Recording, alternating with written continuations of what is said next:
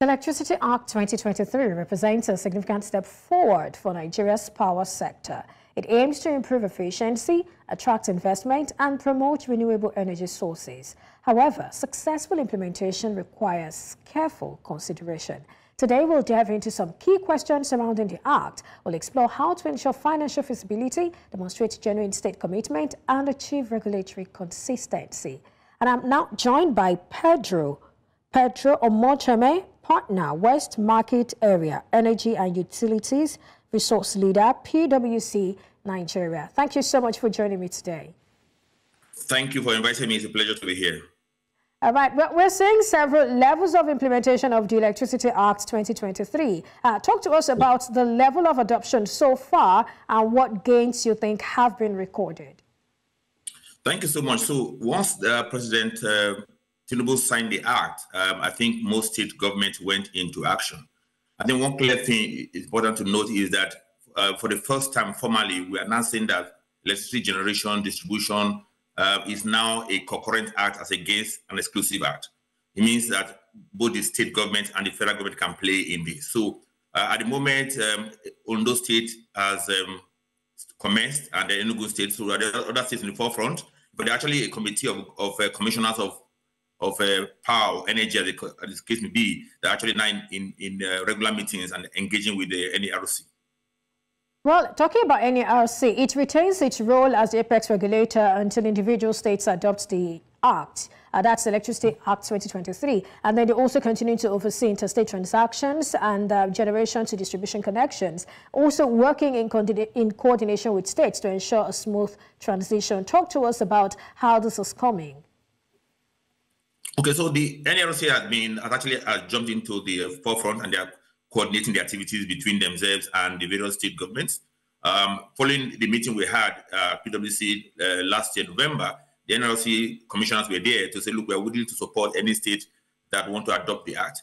I was in a meeting in Lagos about 4 weeks ago, where the NERC had a workshop with state governments and with participants from the private sector in the meetings. So the NERC actually is in the forefront of coordinating the activities and engaging with both the state governments, the state governors, and even the federal government, just to ensure that the act is put into motion. All right. Well, I'd like us to sort of go back a little and talk about the opportunities, really, and the potential inherent in ensuring that this particular act is implemented. When implemented, what are the opportunities, or what are the potential, really? Okay, so let's start with something quite interesting. Let's talk about electricity theft, for example, the stealing of power. And we see this in all the states of the Federation.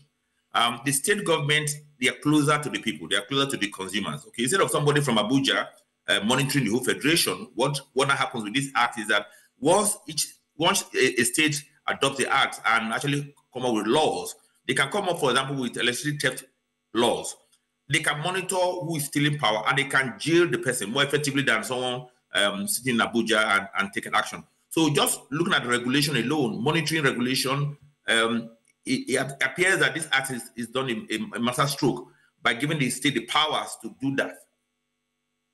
Well, now I also like you to talk about, possible challenges. I mean, we don't have a perfect system. There will always be drawbacks and all that. So talk to us, what potential drawbacks do you see? And are these drawbacks already coming to bear? Yes, okay. So one of the drawbacks is confusion, and instead of collaborations, state and federal government begin to fight. That can be a potential drawback, okay? One of the things that came out of the meetings I've said have taken place, look, there's need to collaborate, there's need for federal government and the state government to collaborate and not to fight over this issue. Because what do Nigerians want? Nigerians want stable, regular power, affordable power. They want that. So anything that would not ensure Nigerians get stable and regular power will become a drawback. So state government, for example, have been encouraged that once you have regulations, ensure that those regulations are in line with the existing federal regulations, or the regulation in one state is not too far off from the regulation for another state. In terms of, for example, what's the unit of power, what's the unit of billing, all of that needs to be coordinated so that there's no disincentive to individuals from this regulation that have been promulgated. Well, so while there are opportunities, obviously there are clear drawbacks, and those drawbacks need to be managed. All right. Okay. So talk to us about the role that the Rural Electrification Agency sort of plays in all of this. Okay. So rural electrification agencies, it has a role in this, whether in the old rule or in the current rule. And the role is to ensure that power is available to the underserved, okay, the rural areas who are not very attractive. If you look at the bands, for example, electricity bands in Nigeria, the rural areas are not able to pay top dollar or top naira for power supply. So the Rural Electricity Agency is important in providing power to the underserved communities in all the states of the federation, and they do have a role, either with renewable energy or some other source of energy, to ensure that the rural communities where a lot of Nigerians actually stay, they are served. Well, I know funding is something that's very important and critical to the success of this particular act. Are we beginning to see investors express interest? I think at the moment the investors are on the look-see, just to watch out as things pan out.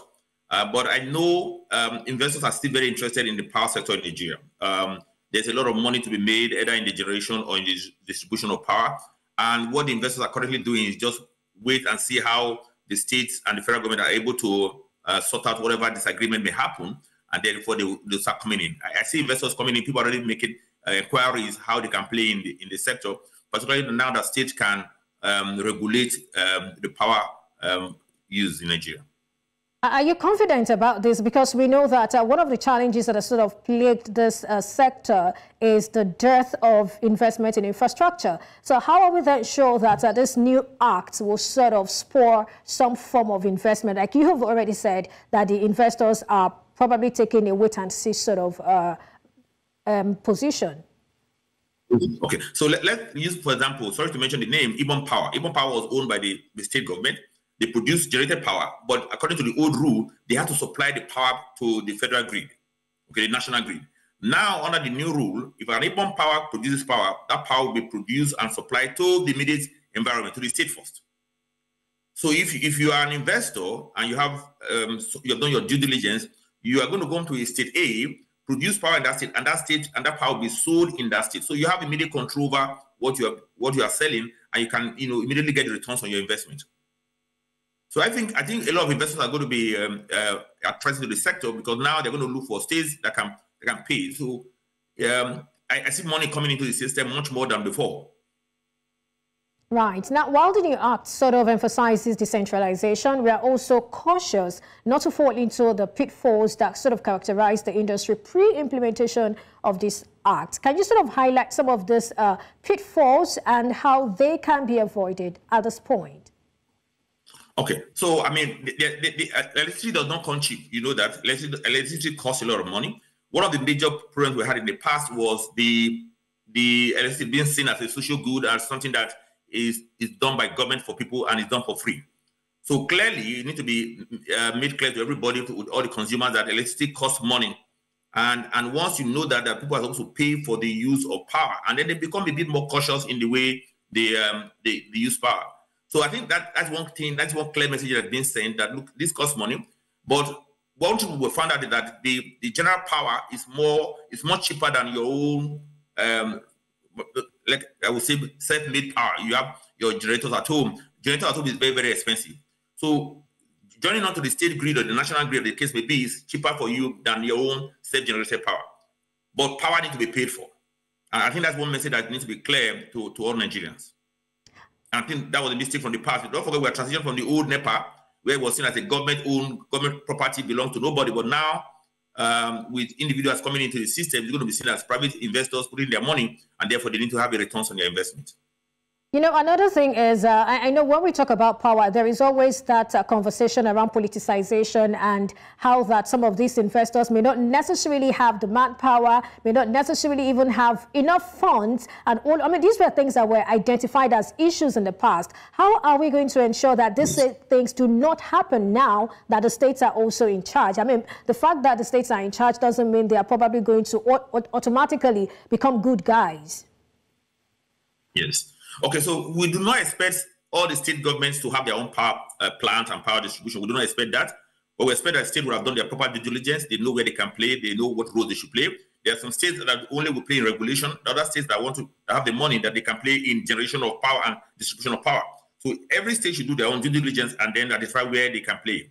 Now, where you are a state, for example, you don't have the resources to play in power generation, then you need to make the enabling law to attract investors to come and generate power and distribute power.